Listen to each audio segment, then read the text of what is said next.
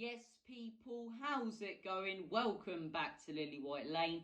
Hope you're all doing good, hope you're keeping safe and well, and hope you're having a fantastic and a smashing Sunday. And if you're anything like me, you still haven't gotten over last night. Wow, what a performance from Tottenham Hotspur.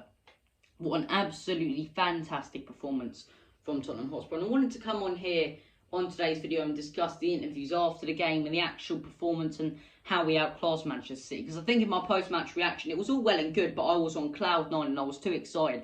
I could barely get my words out and talk any sense about the actual football we played. So look, I wanted to start things off on this video before we start talking about Harry Kane and whatever and talk about the performance. I wanted to start this video by talking about the interviews after, and I think they were absolutely fantastic. Kane and Son did an interview after the game, as I say, and Conte. And what Conte went on there and basically said is it's the greatest group of players he's played with in his time as a manager, and that a nice group of players is better than a really good group of players. Now, as much as people can go Spursy, you want the quality, I think you've got to look at that squad and compare it to Manchester United, compare it to West Ham, and say you can have all the quality in the world. Manchester United are a perfect example.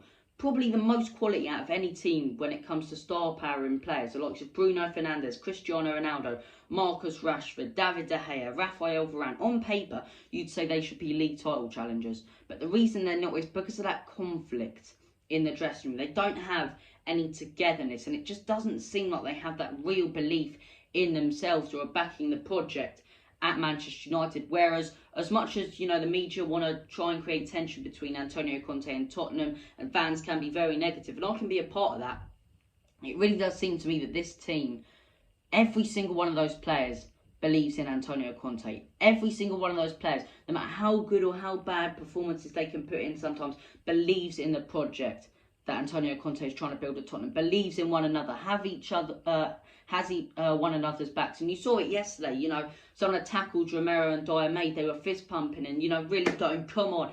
And that's what you want to see. And you don't see that with the Manchester United. So you can have all the star power you want and all the quality in that team, but if the players don't gel together well and you don't believe in the project, it doesn't mean diddly. And you saw it with Tottenham Hotspur. Ben Davies, nowhere near as good. Nowhere near as good as Rafael Varane, as I say. Eric Dyer, probably nowhere near as good on paper as the likes of Harry Maguire or whatever.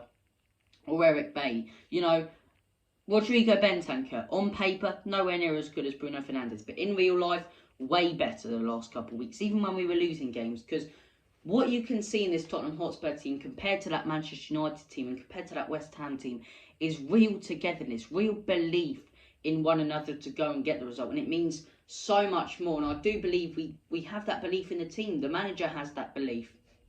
And I think you don't see it with Manchester United. They're in absolute disarray behind the scenes. You've got players fighting to be captains and whatever. Maguire and Ronaldo. You've got Rangnick, you know, not getting the results he should be with the players. And I don't think that's down to Manchester United having bad players, because we know they've got the quality, but they just don't have that togetherness. They don't have that belief. They don't believe in the project that's going on at their club. Where you look at Tottenham Hotspur and you see all the players that didn't believe in the project went in the January transfer window. And all the players that are here, no matter how good or bad performances they can put in time after time, you can see they believe in the project. You can see they believe in Antonio Conte. And I absolutely love that. And that, for me, is what can really spur us on and push us to get top four. That fight, that belief, that never count us out attitude. And as much as other people want to call it Spursy, I don't care. Because it's togetherness that other teams don't have in that top four race. The only other two teams I see that do have that togetherness are Arsenal and Wolves. Because they're the two teams, when they get these big results, when they put in a fantastic tackle at the back, they'll start fist bumping or whatever. Arsenal when they beat Wolves, the passion they showed. Wolves when they beat us. You know, those are the two teams that I think really could challenge us for top four. Because now, I don't think it's about quality. I believe it's about players believing in the project. And you've got to look at Arsenal. Their players believe in Arteta. Their young team, they believe they can get Champions League. Wolves believe they can. Tottenham now, after yesterday, will have loads of confidence to believe they can. Do West Ham really believe they can when they draw into Newcastle? United in disarray behind the scenes? We'll have to wait and see. But look, wanted to talk about those interviews. Let's move nicely on and talk about Harry Kane. Yesterday in my post-match reaction, I didn't really analyse his performance. I was just going, he was absolutely brilliant. And he really was. But let's properly take a look at his performance. when Alan Shearer says and comes out to the media and says that's one of the best striker performances he's ever seen in his life, you know it's a bloody good one. You know it's a bloody good one. And yesterday, Harry Kane, he had absolutely everything. His overall game has been phenomenal. Not just yesterday, but since Antonio Conte has come in. And I've always said some stats can be very good, but I find statistics very misleading. And you look at Kane's goals and assists, and that would suggest that he hasn't had a good season. But as soon as Antonio Conte's come in, as much as he hasn't really been scoring those goals up to yesterday or getting those assists, you can see in his performance, the passes he's playing, the confidence he has in play. This guy is well and truly back. And all those people who were calling him finished, sit down. Sit down, seriously. Call this man finished. He's the best striker right now, the best centre-forward, in my opinion, in the world. Mbappe, he's got the pace. He can finish a chance here and there. But does he really have the creativity and the togetherness and the spirit that a Harry Kane does to drop deep and play a fantastic through ball? No, he doesn't. Does Lewandowski have that? It's all well and good finishing, but that's because you've got two quality wingers that are giving you, you know, whipping in those balls and giving you those chances. Does Harry Kane really have that creativity from Bentancur and Højbjerg in midfield? They can be good, but they're nowhere near as good as the players that Bayern Munich have got to feed in Lewandowski. Lewandowski takes his chances, and credit to him, but he doesn't drop back. He doesn't show and have that work ethic that Harry Kane does. Messi and Ronaldo. Ronaldo right now, I think right now, at this very moment, the way he's playing, Harry Kane is better than Ronaldo and is the best striker in the world. His overall game, his passing yesterday, you know, that pass to Heung-min Son, and it's nice to see these little, you know, these little systems we're trying on the training ground. Trying on the training ground, the training ground, gown. Just put on your dressing gown with the word Tottenham Hotspur training on it. But no, you know, seeing these passages of play that we've been practicing in training, as to say, really pay off. That fantastic pass from Harry Kane through to Son. You know, Antonio Conte and Harry Kane both said that was practiced on the training ground. Hit it, bang, first time. If that doesn't work, they know that's going to happen, but it does. So good from Harry Kane. His finishing, his awareness yesterday. The second goal, you know, looks to lift the ball over completely on the right-hand side. Sees Son got the ball. And as soon as he sees that Son has the ball at his feet, he makes that run. He finds that space. His football in mind is phenomenal. Gets in that space and finishes the chance absolutely clinically, absolutely fantastically. The third goal as well, the disallowed goal. It's a misplaced pass, controls it, puts it in the back of the net. But the third goal as well, another fantastic piece of positioning. Gets in there, finds that gap, gets behind Walker. Walker isn't too aware that he's there. Great ball in by Kulu. Kane nods it in. Right now, best striker in the world. Not the best player I don't think, but he is the best striker in his overall game in the world. That's my opinion on it. But look, it wasn't just Kane yesterday. It wasn't just Kane. It was the entire game plan. The game plan was to go to the Etihad, sit back, to counter-attack them and to be very, very clinical. We had to be clinical. Conte said it in his pre-match interview. We have to be perfect. And we were. We were absolutely perfect. And if we can keep putting in performances like that, we can really get top four. We seem to play better away as well. So we got Burnley away midweek. Kane said it in his interview after as well. Fighting for their lives, Burnley. They're going to be confident after a 3-0 win against Brighton. That's going to be a much tougher game than the table would suggest at the minute. A cold, wet, rainy, disgusting night at Burnley.